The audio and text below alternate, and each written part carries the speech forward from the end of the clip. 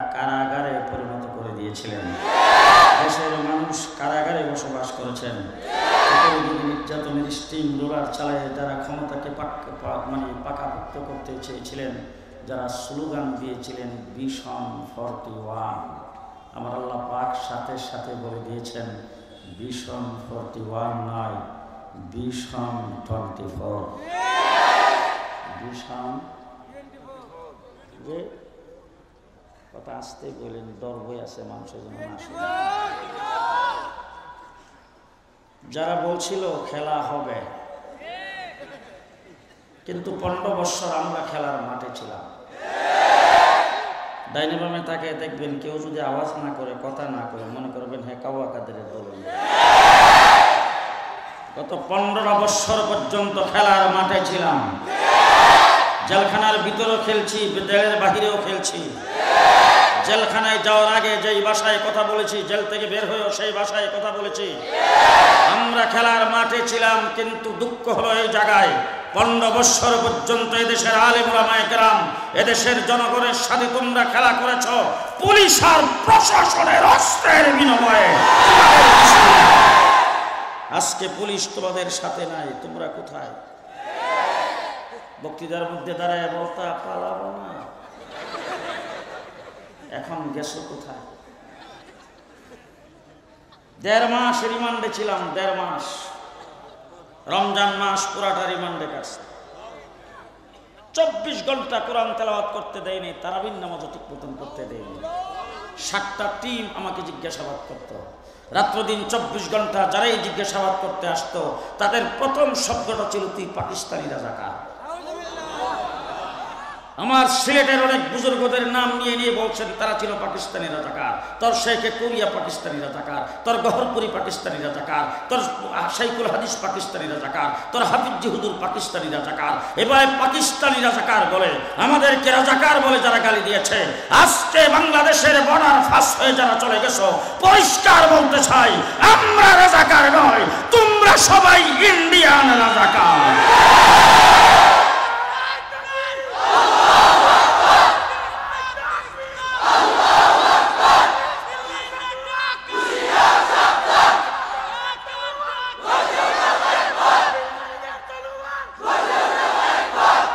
পরিষ্কার ভাষায় বলে যাচ্ছে, যাদেরকে পাকিস্তানি রাজাকার বলেছ, যাদেরকে রাজাকার বলে, স্বাধীনতা বিরোধী বলে, আর চোখে দেখেছ প্রমাণ হয়েছে তারাই হলো স্বাধীনতা প্রেমিক। তোমরা সবাই দেশদ্রোহী। সচিবালয়ে আগুন তোমরাই দিয়েছ। আমার একজন আইনজীবীকে আদালত পাড়ায় হত্যা করেছ তোমরা। দেশটাকে অকার্যকর করার জন্য পদে পদে চেষ্টা করে যাচ্ছ। কিন্তু জেনে রাখো, গোটা বিশ্বে অনেক সরকারের পতন হয়েছে, ইতিহাস আমাদের জানা আছে, কিন্তু তোমাদের পতন আর অন্যদের পতনের মধ্যে বেশ কম আছে। কোরআন শরীফের ভিতরে আল্লাহ পাক ফেরাউনের পতন সম্পর্কে বলছেন, ও আগরাকনা আলা ফিরআউন, ফেরাউন তার দলবল সহ পানিতে ডুবাইয়া চুবাইয়া আল্লাহ পাক সেখানে শেষ করে দিয়েছেন। ফেরাউন যেমন তার বংশ সহ শেষ হয়েছে, তোমারও পতন হয়েছে। 340টা আসনের এমপি একটাও নাই। এমনকি কোনো মসজিদের খতিব ইমাম যদি তাদেরকে সমর্থন করেছে সেটাও নাই। কথা আসতে কর জি। কোনো মাদ্রাসার মুহতামিম তাদেরকে সমর্থন করেছে সেটাও নাই। পতন এইভাবে হয়। পরিষ্কার ভাষায় বলতে, গর্তের ভিতরে ঢুকে গেছে ইসলাম বিরোধী শক্তি। হ্যাঁ, দেশ আমার, আস্তে কথা বলেন, এই মাঠে আমার, আমরা এদেশের নাগরিক, আমরা এদেশে ঘর জমাই থাকি না, মামুর বাড়ি বাতেম্মা নয়, আমরা এদেশের সন্তান। দেশের জন্য রক্ত আমরা দিয়েছি। আমরা যে পরিমাণ রক্ত দিয়েছি এই পরিমাণ রক্ত কেউ দিতে পারে নাই। 250 বছর আমরা ইংরেজের বিরুদ্ধে লড়াই করেছি। 3.5 লক্ষ আলেম ওলামায়ে কেরামকে ফাঁসির কাস্টে ঝুলাইয়া, আগুনে পোড়াইয়া, পানিতে ডুবাইয়া মারা হয়েছে ইংরেজের বিরুদ্ধে লড়াই করে। যাদের সূর্য অস্ত যেথরা পৃথিবী বিখ্যাত সুপ্রিম পাওয়ার, তাদেরকে আমরাই বাগাইছি। দেশ স্বাধীন করেছি আমরা। আজকে স্বাধীনতার ইতিহাস তোমরা আমাদেরকে ভুলাই দিছ। তোমরা মুক্তিযুদ্ধের পক্ষ শক্তি, মুক্তিযুদ্ধের চেতনার কথা বলে আর আমাদেরকে মৌলবাদী বলে 15টা বছর পর্যন্ত বিদেশি রসদ তোমরা খাইছো আর দেশের সম্পদকে লুণ্ঠন করেছ। আজকে বলার সময় এসেছে, পরিষ্কার ভাষায় বলছি, দেশপ্রেমিক আমরা, এই দেশের জন্য লড়াই আমরা করেছি, রক্ত এই দেশের জন্য আমরা দিয়েছি। আজকে স্বাধীনতার ইতিহাস তোমরা আমাদেরকে শোনাইবা। উলামায়ে কেরামকে সাক্ষী রেখে বলে গেলাম, আজকের থেকে স্বাধীনতার ইতিহাস হবে, ভুল ভ্রান্তির ইতিহাস বাংলাদেশে আর চলবে না। আমার কাসেম নানতুবি রহমতুল্লাহ আলাইহিকে বাদ দিয়ে স্বাধীনতার ইতিহাস রচনা হতে পারে না। আমার হাফেজ জামিল শহীদকে বাদ দিয়ে স্বাধীনতার ইতিহাস রচনা হতে পারে না। আমার মাহমুদুল হাসান দেওবন্দির রেশমি রুমাল আন্দোলন কে বাদ দিয়ে স্বাধীনতার ইতিহাস রচনা হতে পারে না। আমার মাহমুদুল হাসান দেওবন্দির মালটার জেলের ইতিহাসকে বাদ দিয়ে স্বাধীনতার ইতিহাস রচনা হতে পারে না। আমার হুসাইন আহমদ মাদানী করাচিতে 144 দ্বারা ভঙ্গ করে যেই বক্তব্য দিয়েছিলেন স্বাধীনতার পক্ষে, সেই বক্তব্যকে বাদ দিয়ে স্বাধীনতার ইতিহাস কেউ রচনা করলে গাদ্দার হবে, মুনাফিক হবে।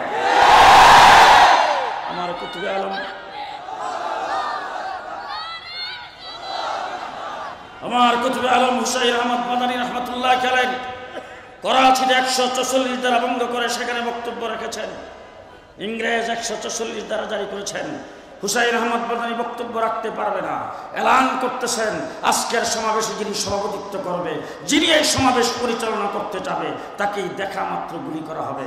হুসাইন আহমদ মাদানী লক্ষ লক্ষ মানুষকে ফাঁক করে লাফ দিয়ে যে স্টেজে উঠছেন, উঠে তারপরে সব্বিয়ার বোতাম টান দিয়া খুলে বুক টান করে ইংরেজের সামনে দাঁড়িয়েছেন আর দাঁড়িয়ে বলছেন, করো গুলি। পরিষ্কার ভাষায় বলছি, আজকে এই সমাবেশের আমি সভাপতি, আমি পরিচালক। ওলামায়ে কেরাম, আজকে সিলেটে যখন আসি তখন একটা স্লোগান খুব বেশি বেশি শুনি, সিলসিলায়ে মাদানী। ভালো করে শুনে রাখেন, চতুর্দিক থেকে গুলি ছুটতে শুরু করেছেন, একটা গুলিও হুসাইন আহমদ মাদানীর গায়ে লাগে নাই। আজকে কোটকে তোমরা বানিয়েছ মুজিব কোট। পরিষ্কার কোটের ইতিহাস আমার কাছ থেকে শুনে নাও। হুসাইন আহমদ মাদানী টান দিয়ে বোতাম খুলে দিয়ে বুক টান করে দাঁড়িয়েছিলেন ইংরেজের মোকাবেলা। ইংরেজ গুলি করছিলেন, তার গায়ে লাগাইতে পারে নাই। ওই যে বোতাম খুলছিলেন আর তিনি কোনোদিন বোতাম লাগান নাই। আমরাও তার উত্তরসূরি হিসাবে কোট গায়ে দেই, বোতাম লাগাই না। একজনের বোতাম লাগানো নাই, সব বোতাম খোলা। আমরাও বোতাম লাগাই না, আমরা সব সময় বোতাম খুলে রেখেছি। এটা ওলামা কোট, মুজিব কোট নয়। ইতিহাস ভালো করে মনে রাখবেন। আল্লামা শামসুল হক ফরিদপুরি রহমতুল্লাহ আলাইহি বাড়ি হলো গহরডাঙ্গা। গহরডাঙ্গার পাশেই কোটালীপাড়া, সেখানে শেখ মুজিবুর রহমানের বাড়ি। যুবক মানুষ শামসুল হক ফরিদপুরির সঙ্গে সাক্ষাৎ করার জন্য প্রায়ই যাইতেন লালবাগ মাদ্রাসায়, যায় পরামর্শ করতেন, কথাবার্তা বলতেন। একদিন গেছেন, যায় দেখেন শামসুল হক ফরিদপুরি আদি কাপড়ের সুন্দর ইস্তারি করা পাঞ্জাবি গায়ে আর পাঞ্জাবির উপরে কোট পরা। দেখা মাত্র রুমে ঢুকেই শেখ মুজিব বলতেছেন, হুজুর এই কোটটা আপনার গায়ে আজকে খুব মানাইছে, হুজুর আপনাকে খুব সুন্দর লাগতেছে। শেখ মুজিবুর রহমান সাহেবকে তুই করে বলতেন, শামসুল হক ফরিদপুরি বলতেন দাঁড়া, শামসুল হক ফরিদপুরি বলছেন দাঁড়া। উনি দাঁড়াই দিয়েছেন, কোটটা নিজের গায়ের কোটটা খুলে শেখ মুজিবকে পরাই দিয়ে বলছেন, আয়নার সামনে দাঁড়ায় দেখ, তোরও খুব মানাইছে। সেই কোটটা শেখ মুজিবকে দিয়েছিলেন। এটা ওলামা কোট, মুজিব কোট নয়। এই হলো কোটের ইতিহাস। হুসাইন আহমদ মাদানী কোটের বোতাম খুলে দিয়েছিলেন, লাহোরের কোর্টে দাঁড়িয়েছেন হুসাইন আহমদ মাদানী। স্বাধীনতার ইতিহাস আমাদের কাছ থেকে শোনো। এই সঠিক ইতিহাস জাতিকে জানাইতে হবে। সঠিক ইতিহাস আমার দেশের উঠতি বয়সের যুবক যুবতীদেরকে জানাইতে হবে। সঠিক ইতিহাস আমার দেশের মাদ্রাসা সহ কলেজ ইউনিভার্সিটির ছাত্রদেরকে জানাইতে হবে। আমরা সঠিক ইতিহাস জানি, দেশটা হলো মুসলমানের দেশ। ইসলাম নিয়ে, কোরআন নিয়ে বাংলাদেশে বেঁচে থাকতে চাই। কোরআনের বিরুদ্ধে আর কোনো ষড়যন্ত্র সহ্য করতে রাজি নয়। ইসলামের বিরুদ্ধে টু শব্দ কেউ করবে, তার জিহ্বা কেড়ে বাংলার মাটিতে ছিঁড়ে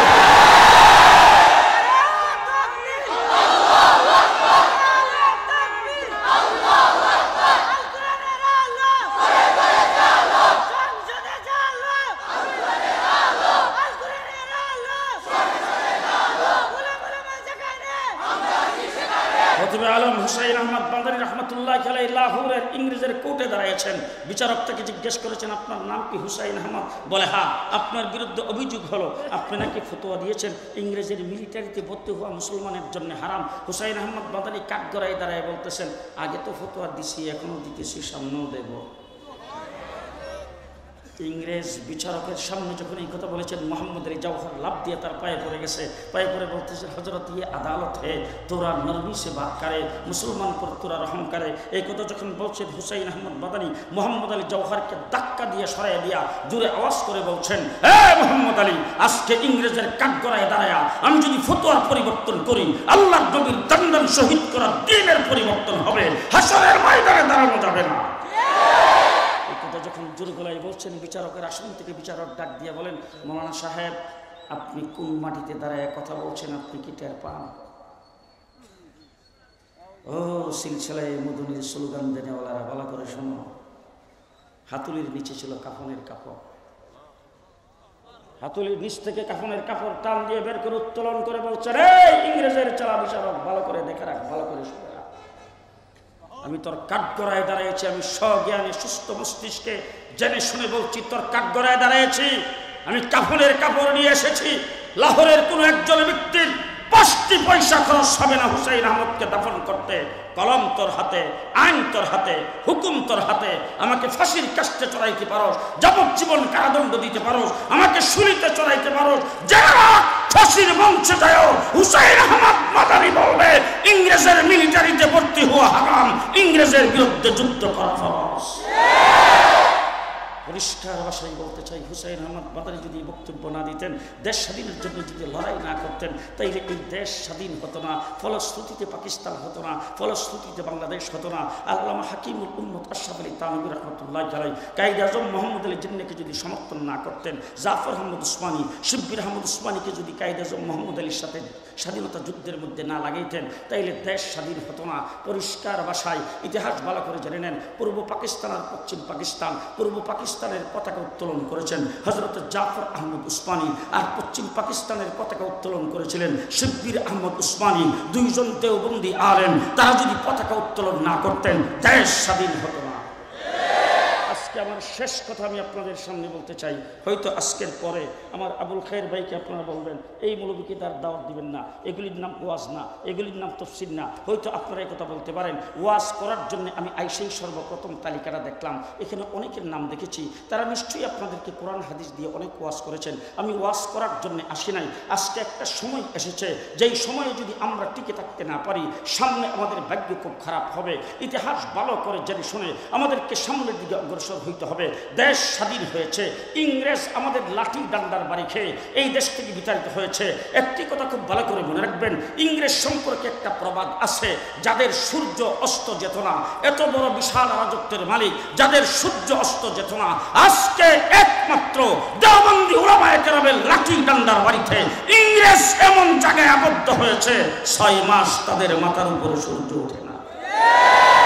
আজকে সেই ইংরেজকে আমরা যখন এই দেশ থেকে দৌড়াইলাম, তখন দ্বিজাতি তত্ত্বের ভিত্তিতে দেশটা স্বাধীন হয়েছে। উলামায়ে কেরাম এখানে আসে, 2টা ভাগ হয়ে স্বাধীন, একটার নাম হবে হিন্দুস্তান, আরেকটার নাম হবে পাকিস্তান। এবার বলুন তো দেখি, আমরা তখন কোন ভাগে পড়ছিলাম? হ্যাঁ, আমরা তখন কোন ভাগে পড়ছিলাম? পাকিস্তান। এবার আসুন দেখি, একটা প্রশ্ন করতে চাই, আমাদের ভাষা কি? বাংলা। আমরা জাতে কি? বাঙালি। আমরা জাতে বাঙালি, ভাষা বাংলা। আচ্ছা বলুন তো, হিন্দুস্তানের একটা প্রদেশ আছে যেটার নাম হলো পশ্চিমবঙ্গ, যেটার রাজধানী হলো কলিকাতা। কলিকাতা পশ্চিমবঙ্গের ভাষা কি? জি, বাংলা। তারা জাতে কি?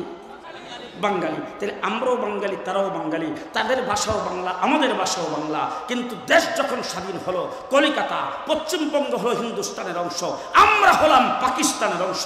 আমার এই প্রশ্নের জবাব আপনারা দিবেন। আমার আলোচনা এখানেই শেষ। আমরা কেন পাকিস্তানের অংশ হলাম?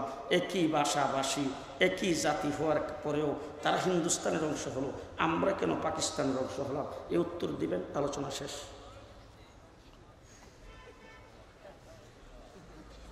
আমরা কি জন্য পাকিস্তানের অংশ হলাম?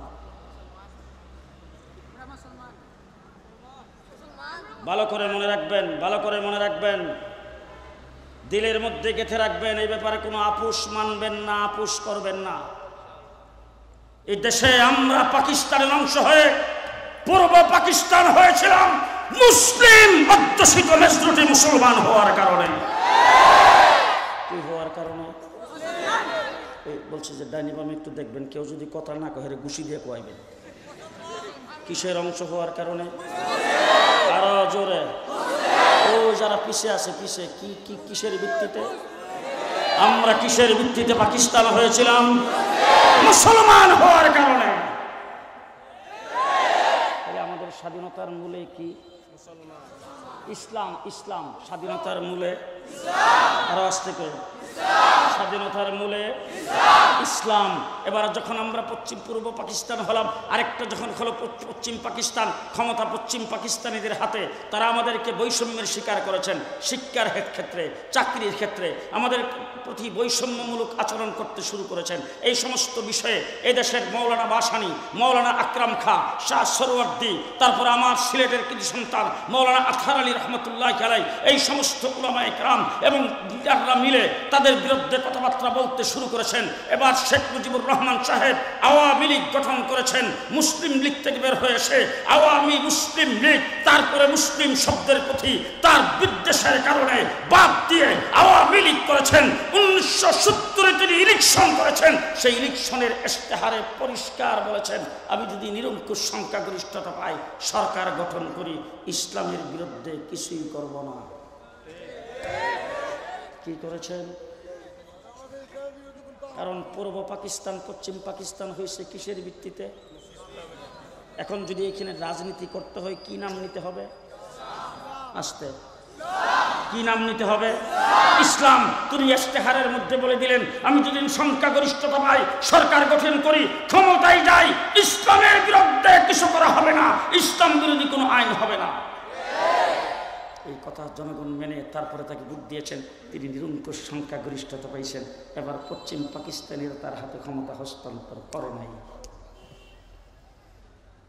এবার জিজ্ঞেস করতে চাই, যখন ক্ষমতা হস্তান্তর করল না, তখন হরতাল শুরু হয়ে গেল, রাজনীতি গরম, বক্তৃতা শুরু হয়ে গেল। 7ই মার্চে শেখ মুজিবুর রহমান সাহেব সরওয়ার্দী উদ্যানে ভাষণ দিলেন।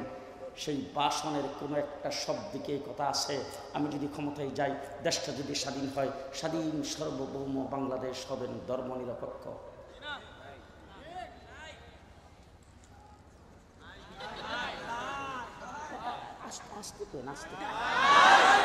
আসতে কেন, কারণ আওয়ামী লীগ কিন্তু আছে। জি জি, স্বাধীনতার ঘোষণা দিয়েছেন জিয়াউর রহমান সাহেব। তিনি ধর্মনিরপেক্ষতার কথা বলেন নাই। বাংলাদেশকে যারা মুক্তিযুদ্ধ করে স্বাধীন করেছে, তারা ধর্মনিরপেক্ষতার কথা বলেন না। হযরত হাফিজ হুজুর রহমতুল্লাহ আলাইহির মুরিদ হয়েছিলেন মেজর জলিল, মুক্তিযুদ্ধের নবম কমান্ডার, নবম সেক্টরের কমান্ডার মেজর জলিল সাহেবকে আমি জিজ্ঞেস করেছিলাম, জলিল ভাই বলেন তো দেখি, মুক্তিযুদ্ধের সময় কিছু স্মৃতিচারণ করেন। তিনি তখন বলছিলেন, আমরা যখন মুক্তিযুদ্ধ করি, তখন যুদ্ধের ময়দানে 2 ভাগে ভাগ হতাম। আজান দিলে 1 ভাগ নামাজ পড়তাম, আরেক ভাগ যুদ্ধ করতাম। আমি দেখেছি আমার আলেম উলামায়ে কেরাম, আমার বাবা ছিল বক্তব্যের শিক্ষক, আমার বাবার কাছে লেখাপড়া করেছেন এবং অসংখ্য মুক্তিযুদ্ধ করেছেন। রাতের অন্ধকারে দৌড়ে এসে দরজার মধ্যে আওয়াজ দিতেন, আস্তে করে আমার বাবা উঠে দরজাটা খুলতেন, পায়ে ধরে সালাম করে বলতেন, হুজুর মুক্তিযুদ্ধ করতেছি, রণাঙ্গনে আসি, আমাদের জন্য দোয়া করেন। আমার বাবা তাদের মাথায় হাত রেখে বলতেন, বাবা যুদ্ধ করো কিন্তু নামাজ ছাড়বা না। আমার দেশের মুক্তিযোদ্ধারা মুক্তিযুদ্ধ করে দেশ স্বাধীন করেছেন, সাথে সাথে আজান হলে নামাজ আদায় করেছেন, আল্লাহর দরবারে মোনাজাত করেছেন। কিন্তু 16ই ডিসেম্বর, গত 16ই ডিসেম্বরে বিজয় দিবসে মিস্টার মোদি সাহেব বক্তব্য দিয়েছেন, হিন্দুস্তানের বিজয়। বিজয় কি হিন্দুস্তানের না বাংলাদেশের? এইটাও সবাই কয় না। বিজয় কি হিন্দুস্তানের না বাংলাদেশের? মিস্টার মোদি সাহেব, অনেকদিন আগের থেকে আমরা জানতাম যে আমার মেয়েটা আপনার সঙ্গে প্রেম করছে। বক্তৃতায় বলছিল স্বামী স্ত্রীর সম্পর্ক। জানতাম আপনার সঙ্গে প্রেম, কিন্তু বাইগা যাইব যে এটা আমরা জানি না। যদি জানতাম বাইগা যাবে, তাহলে পাহারা ভালো করে দিতাম। মেয়েটা বাইগা চলে গেছে, আপনি তাকে জায়গা দিয়েছেন। আমাদের এখন দাবি হলো, আমাদের মেয়ে আমাদের হাতে ফেরত দেন। মেয়েকে রাখার পরে যৌতুকটা আবার চাইবেন? জি, মেয়ে বাইকে গেছে হিটারও রাখবেন, যৌতুকও চাইবেন? এত সহজ? পরিষ্কার ভাষায় বলছি মিস্টার মোদী সাহেব, 1971 যুদ্ধে আপনার দেশ আমাদেরকে সহযোগিতা করেছে 54 বছর। আমরা ধন্যবাদ আর মুবারকবাদ জানাইছি, আমরা আপনাদের কাছে কৃতজ্ঞ। তবে আমাদের মুখটা যদি শুনান, সেই কথা বলতে বাধ্য হব, আমার দেশের স্বাধীনতার যুদ্ধের নেতৃত্ব দিয়েছেন এমএজি উসমানী।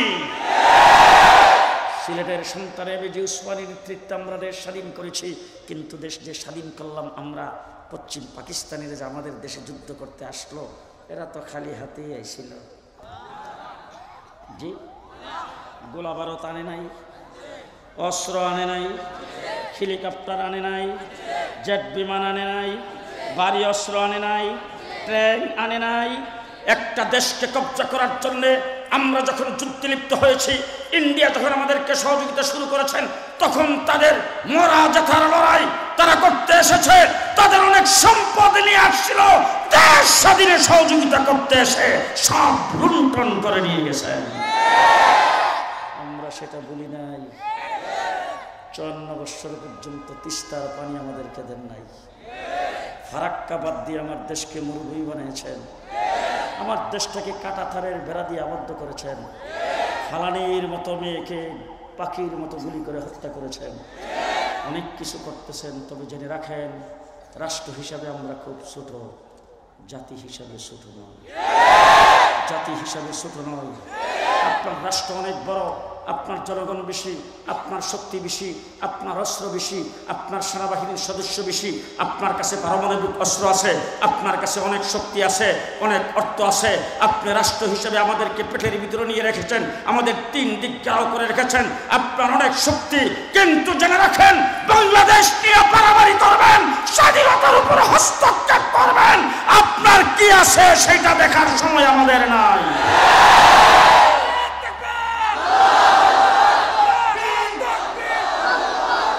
পরিষ্কার ভাষায় বলতে চাই, পরিষ্কার ভাষায় বলতে চাই, আমরা রাষ্ট্র হিসেবে শুধু হতে পারি, সংখ্যায় কম হতে পারি, কিন্তু আমরা বদরের 313 জনের উত্তরসূরি, আমরা কারবালার হযরত হুসাইনের উত্তরসূরি, আমরা খালিদ বিন ওয়ালিদের উত্তরসূরি, আমরা তিতুমিরের উত্তরসূরি, আমরা তিতুমিরের উত্তরসূরি, আমরা বীর সালাউদ্দিনের উত্তরসূরি।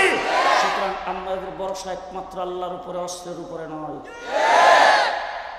যদি বেশি বাড়াবাড়ি করেন তাইলে বলবো একটু আফগানিস্তানের দিকে দেখেন। বিশ্বের সবচেয়ে বড় পরাশক্তি আমেরিকাকে লাঠি ডান্ডার বাড়ি দিয়া প্যাম্পাস পরাইয়া ছেড়ে দিয়েছেন।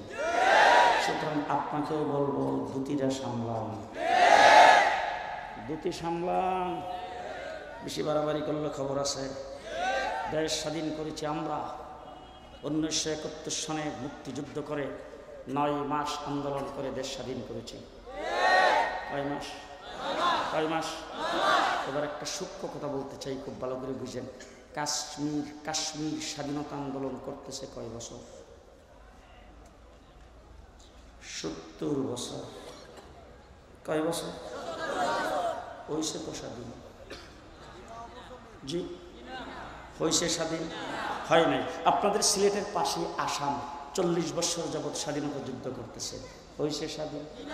জি। আমার ব্রাহ্মণবাড়িয়ার পাশেই হলো আগরতলা, তারা স্বাধীনতা আন্দোলন করতেছে আজকে 30-35 বছর, হয়েছে স্বাধীন? আরো জোরে, আরো জোরে। 1947-এ মুসলিম অধ্যুষিত হিসাবে পূর্ব পাকিস্তান যদি না হতাম, পাকিস্তানের অংশ যদি না হতাম, আমরাও 70 বছর লড়াই করে স্বাধীনতা অর্জন করতে পারতাম না। তাহলে এবার বলেন তো দেখি, স্বাধীনতার মূলে কি? আরো জোরে, আরো জোরে। দেশ স্বাধীন হয়ে গেল। কেউ বলে বঙ্গবন্ধু শেখ মুজিবুর রহমান সাহেবকে পাকিস্তানি আর্মিরা অ্যারেস্ট করে নিয়ে গেছে, কেউ বলে তিনি আত্মসমর্পণ করেছেন। কে আত্মসমর্পণ করছেন না পাকিস্তানি আর্মিরা ওনাকে অ্যারেস্ট করে নিয়ে গেছে, সেই বিতর্কে আমি যাইতে চাই না। সেটা খুদ্দে খুদ্দে বাইর করতেও রাজি না।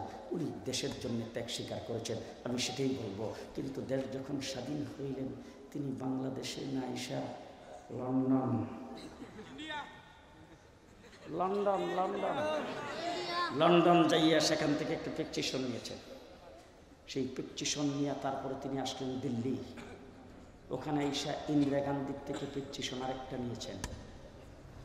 এবার যে নির্বাচনে বলেছিলেন ইসলামের বিরুদ্ধে কোনো আইন করব না, তিনি এসে বাংলাদেশে ৭২ সংবিধান করেছেন, ধর্মনিরপেক্ষ সংবিধান। পরিষ্কার ভাষায় বলতে চাই, ধর্ম নিরপেক্ষ কোনো মুসলমান হতে পারে না। ধর্ম নিরপেক্ষ কোনো মুসলমান হতে পারে না। ধর্ম নিরপেক্ষতার জাতাকল, ধর্ম নিরপেক্ষতার স্লোগান হলো রাষ্ট্রীয় কোনো কাজে ইসলামকে ব্যবহার করা যাবে না। বলে দিয়েছেন ইন্নাদ-দীনা ইনদাল্লাহিল ইসলাম, ইসলাম সার্বজনীন, যাবতীয় সকল বিষয়ে ব্যক্তি, পরিবার, সমাজ, রাষ্ট্র, যাবতীয় সব বিষয়ে ইসলাম স্বয়ং সম্পন্ন। ইসলাম কমপ্লিট, একটি কমপ্লিট জীবন ব্যবস্থার নাম হলো ইসলাম। ঠিক তবে ঠিক। ২ নম্বর কথা খুব ভালো করে মনে রাখবেন, আমার দেশে যারা এমপি হয়, আমার দেশে মন্ত্রী হয়, অধিকাংশ হিন্দু না মুসলমান? মুসলমান মুসলমান মুসলমান, কথা করেন না। সারা ক্যাবিনেটের ভিতরে ১-২ জন সারা মুসলমান, সারা আর কেউ নাই। কথা বলেন। এমপি তালাশ করলে ২০ চাইতে বেশি হয়তো ৮-১০ জন, বাকি ২৯০ জনই হবে মুসলমান। এবার কোরআনে কারিমে আল্লাহ পাক বলে দিয়েছেন ধর্ম নিরপেক্ষতাবাদ, ভালো করে মনে রাখবেন। আল্লাহ কোরআনে বলেছেন আল্লাযীনা ইম্মাক্কান্নাহুম ফিল আরদ আকামুস সালাহ ওয়া আতামুজ যাকাহ ওয়া নাহাউ আনিল মুনকার ওয়া আমারুনা বিল মারুফ ওয়া নাহাউ আনিল মুনকার। যদি তোমরা মুসলমানকে যদি আমি আল্লাহ পাক রাজত্বের মালিক করি, ক্ষমতা দেই, তোমরা যদি রাজত্ব পাও, তোমরা যদি সরকার গঠন করো, আমার আল্লাহ পাক পরিষ্কার বলে দিয়েছেন 4টা কাজ করবা। ১ নম্বর কাজ, নামাজ কায়েম করবা। নামাজ তো ধর্ম নিরপেক্ষদের, জি ধর্ম নিরপেক্ষ নামাজ, জি নামাজ কি ধর্মের পক্ষে না ধর্ম নিরপেক্ষ? যে ব্যক্তি ধার্মিক সেই ব্যক্তি পড়বে নামাজ। মুসলমান হইতে গেলে নামাজ লাগবে কি লাগবে না? আরো জোরে বলেন, লাগবে কি লাগবে না? ১ নম্বর কাজ নামাজ কায়েম করো। ১ নম্বর কাজ নামাজ কায়েম করো। নামাজ যেই ব্যক্তি কায়েম করবে সেই ব্যক্তির মধ্যে কোনো দ্বন্দ্বতা থাকতে পারে না, কোনো খারাপই থাকতে পারে না। নামাজ তোমাকে সকল খারাপির থেকে মুক্ত দেবে। নামাজ তোমার রিজিকের ব্যবস্থা করবে। নামাজ আপোষের মধ্যে মিল মহব্বত সৃষ্টি করবে।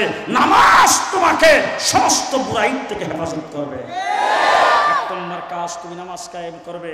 ২ নম্বর যাকাত আদায়ের ব্যবস্থা করবে। ৩ নম্বর সৎ কাজের আদেশ করবে। ৪ নম্বর অসৎ কাজের নিষেধ করবে। যদি কোনো মুসলমান রাজত্ব পায়, ৫৪ বছর পর্যন্ত রাষ্ট্র তোমরা চালাইছ। যখন নির্বাচন আসছে, শাহজালালের মাজার জিয়ারত করে নির্বাচনী কার্যক্রম শুরু করেছ। যখনই সরকার গঠন করেছ, আয়েশা শাহজালালের মাজার জিয়ারত করেছ মানুষকে ধোঁকা দেওয়ার জন্য। যখনই সরকার গঠন করতে গেছ, মাথায় কুট্টি বেঁধে, হাতে তসবিহ সরা নিয়ে ইসলামের কথা বলে ইশতেহার দিয়েছ। ইসলামের বিরুদ্ধে কোনো আইন করবে না, ইসলামের সুন্দর সুন্দর কথা বলেছ। ৪৬০টা মসজিদ বানাইবার স্লোগান দিয়েছ। নানান কিছু করে ৫৪ বছর পর্যন্ত দেশটাকে যারা সোনার বাংলার স্লোগান দিয়ে, দেশটাকে যারা সবুজ বাংলার স্লোগান দিয়ে, দেশটাকে যারা নতুন বাংলার স্লোগান দিয়ে আধুনিক বাংলাদেশ, তারপরে বলছে মডার্ন বাংলাদেশ, এরপরে বলছে ডিজিটাল বাংলাদেশ। পদ্মা সেতু উদ্বোধনের সময় বলেছেন স্মার্ট বাংলাদেশ। কি বাংলাদেশ? কাঁচা মরিচের কেজি ১২০০ টাকা। স্মার্ট বাংলাদেশ। ভিশন 41। আল্লাহ রাব্বুল আলামিন বলেন ভিশন 24।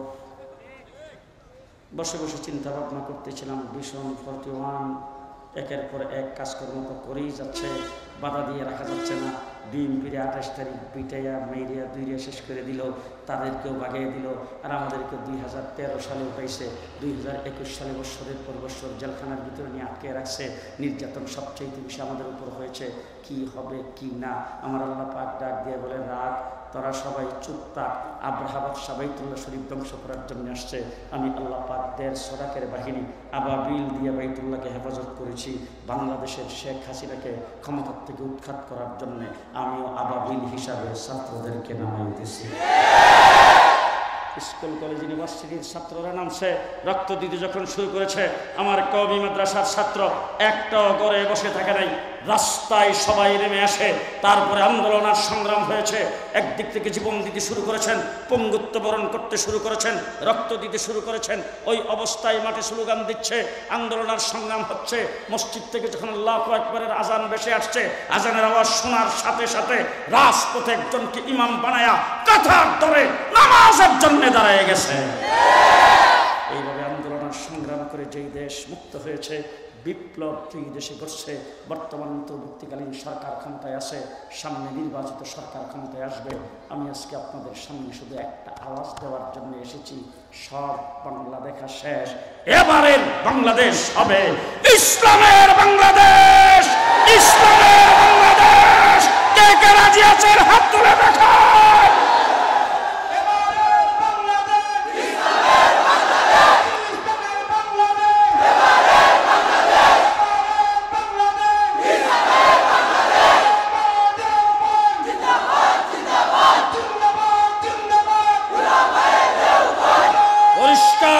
আপনাদের সামনে বলতে চাই, ইসলামের বাংলাদেশ করার জন্য যদি কাফনের কাপড় পরে আবার যদি রাজপথে নামতে হয়, প্রস্তুত আছেন? আবার যদি শাপলা চত্বরে যাইতে হয়, প্রস্তুত আছেন? তাহলে আপনাদের সামনে ঘোষণা করে গেলাম, এবারের সংগ্রাম ইসলাম প্রতিষ্ঠার সংগ্রাম, এবারের সংগ্রাম কুরআনী শাসন কায়েমের সংগ্রাম, এবারের সংগ্রাম ইনসাফ কায়েম করার সংগ্রাম। প্রস্তুত? প্রস্তুত? প্রস্তুত? আঙ্গুল উঁচা করে, উপরের দিকে আঙ্গুল উঁচা করে বলবেন, সকল ক্ষমতার উৎসকে। আরো আসতে, সকল ক্ষমতার উৎসকে। পরিষ্কার ভাষায় বলতে চাই, বাংলাদেশে যারা রাজনীতি করবেন, সামনে বুট চাওয়ার জন্য আসবেন, সকল ক্ষমতার উৎস এই স্লোগান আর চলবে না। সকল ক্ষমতার উৎস আরো জোরে। অন্তর্বর্তীকালীন সরকারকে বলতে চাই, কমিশন গঠন করেছেন সংবিধান প্রণয়নের জন্য। বাংলাদেশের সংবিধানে ইসলাম ভিত্তিক সংবিধান হইতে হবে, পরিষ্কার সংবিধানে লেখা থাকতে হবে, ইসলামের বিরুদ্ধে কোনো শব্দ সংবিধানে থাকতে পারবে না। ইসলাম বিরোধী সকল আইন আমাদের সংবিধানের কাছে বাতিল বলে গণ্য হবে। একমত? একমত? একমত? 2 নম্বর আমাদের দাবি, আজকের এই মাহফিল থেকে আপনারা দাবি জানাবেন কিনা জানি না। 2 নম্বর দাবি হলো, আমার দেশের শিক্ষানীতিতে, শিক্ষা সিলেবাসে বানর থেকে মানুষ তৈরি, শরীফ থেকে শরীফার গল্প, হাড্ডিমা টিম নানান ধরনের কথাবার্তা বলেছেন। ইসলামী শিক্ষা সমূলে এই দেশ থেকে বিতাড়িত করে দিয়েছেন। কোনো স্কুল কলেজে কোনো জায়গায় ধর্মীয় শিক্ষা নাই, ধর্মীয় শিক্ষার কোনো মাস্টার নাই। পরীক্ষা থেকে ধর্মীয় শিক্ষাকে বাতিল করে ধর্মীয় শিক্ষা এই দেশ থেকে উৎখাত করার গভীর ষড়যন্ত্র শুরু করেছিলেন। আজকে শিক্ষা কমিশন গঠন করা হয়েছে, আমরা সেই শিক্ষা কমিশনের প্রতিবাদ করেছি। আমাদের 2 জন আলেমকে নেওয়ার কথা বলেছিলাম, এখনো কোনো সাড়া পাই নাই।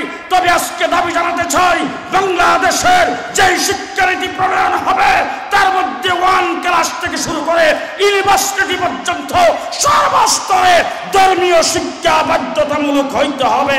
কে কে রাজি আছেন? রাজি আছেন সবাই? রাজি আছেন? আজকে আমি আপনাদের সামনে কথা বলতেছি, এখন সবাই হাত উঠাইলেন, এরপরে বাড়ি যায় না খেতে তেলদা ঘুমাইবেন? নাকি সবাই জাগনা থাকবেন? জাগনা থাকবেন তো? চোখ কান না খোলা রাখবেন তো? পরিষ্কার ভাষায় বলছি, ছাত্ররা আন্দোলন করে যেই বিপ্লব ঘটিয়েছেন, এই বিপ্লবকে অযথা যাইতে দেব না। বাংলাদেশ হবে ইসলামের বাংলাদেশ, কোরআনের বাংলাদেশ, আলে উলামায়ে কেরামের বাংলাদেশ। নাসরুন মিনাল্লাহ, ফাতহুন করিব, ওয়াবাশশিরিল মুমিনিন। আলহামদুলিল্লাহি রাব্বিল আলামিন, ওয়াসসালাতু ওয়াসসালামু আলা আশরাফিল আমবিয়া ওয়াল মুরসালিন ওয়া আলা আলিহি ওয়া আসহাবিহি আজমাইন। ربنا ظلمنا أنفسنا وإن لم تغفر لنا وترحمنا لنكونن من الخاسرين يا حي يا قيوم برحمتك نستغيث। يا الله, ये देश के तुम हिफाजत करो, এই দেশে তুমি ইসলাম প্রতিষ্ঠা করে দাও, কোরআনী শাসন প্রতিষ্ঠা করে দাও। আল্লাহ আমাদেরকে ইসলাম নিয়ে বেঁচে থাকার তৌফিক দাও, আমাদের সন্তানাদিদেরকে মুসলমান বানায় দাও। ইয়া আল্লাহ ইসলামী শিক্ষা সর্বস্তরে বাধ্যতামূলক করে দাও, বাংলাদেশের জমিনটাকে ইসলামের জন্য কবুল করে নাও, আমাদের জিন্দেগীর সমস্ত গুণাগুলি মাফ করে দাও। আজকের এই মাহফিল আমাদের সকলের জন্য নাজাতের জরিয়া বানায় দাও, গোটা দেশের জন্য হেদায়েতের জরিয়া বানায় দাও। উলামায়ে কেরাম যারা এখানে আসছেন বলার জন্য, শোনার জন্য যারা এসেছেন, উভয়কে তুমি কবুল আর মঞ্জুর করে নাও। আমাদের সমস্ত রোগ দুঃখ ভালো করে দাও, বিমারীদের শিফা করে দাও, হাজতমন্দের হাজত পুরা করে দাও, পেরেশান হালদের পেরেশানি দূর করে দাও। ইয়া আল্লাহ করজদারের করজ আদায় করার তৌফিক দাও, সমস্ত মুর্দেগানকে মাফ করে দাও, বিমারীদেরকে শিফা করে দাও। কেউ যদি কোনো খাস মুকসুদ নিয়ে হাত ওঠে তাকে তার দিলের মুকসুদ পুরা করে দাও। কেউ পেরেশানিতে থাকলে দূর করে দাও, মুসিবতে থাকলে মুসিবত থেকে উদ্ধার করে দাও, অভাবী থাকলে অভাব অনটন দূর করে দাও। আসমান থেকে আমাদের রিজিকের ব্যবস্থা করে দাও, আমাদের দেশের জমিনের মধ্যে ফসল বাড়ায় দাও, পানির মধ্যে মাছ বাড়ায় দাও, গাছ গাছালিতে ফল ফলাদি বাড়ায় দাও। আমাদেরকে এই দেশে ইসলাম নিয়ে বসবাস করার তৌফিক দাও। দেশের আলেম উলামায়ে কেরামকে আল্লাহ তুমি এক এবং নেক বানায় দাও।